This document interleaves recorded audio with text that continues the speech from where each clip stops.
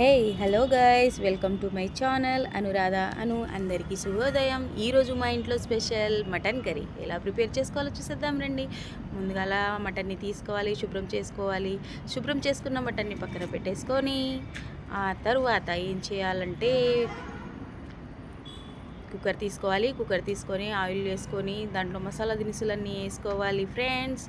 మసాలా దినుసులు వేసుకున్న తర్వాత ఆనియన్స్ వేసుకున్న తర్వాత కొంచెం అల్లం వెల్లిపాయలు వేసుకోవాలి.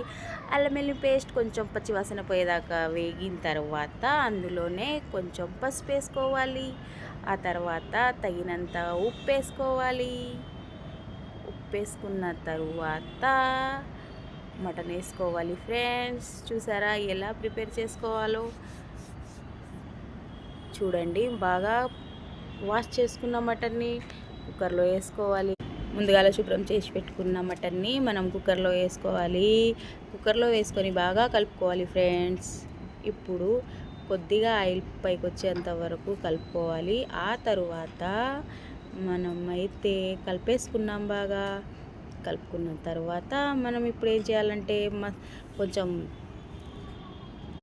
జీరా పౌడర్ వేసుకోవాలి, ధనియాల పొడి వేసుకోవాలి, దాంట్లోనే కాసంత గరం మసాలా వేసుకోవాలి, కోకోనట్ పౌడర్ వేసుకోవాలి, తగినంత కారం వేసుకోవాలి. వేసుకున్న తర్వాత ఒక్కసారి కలుపుకొని బాగా కలుపుకోవాలి ఫ్రెండ్స్. కలుపుకున్న తర్వాత ఒక గ్లాస్ వాటర్ పోసుకొని మనమైతే బాగా కలుపుకొని ఆ తర్వాత మనం కుక్కర్ మూత అయితే పెట్టేసాము. ఇప్పుడు 6 విజిల్ల తర్వాత చూడండి, మన కర్రీ అయితే రెడీ అయిపోయింది. వావ్! ఇప్పుడు మనము కొత్తిమీరతో గార్నిష్ చేసుకుంటే మటన్ కర్రీ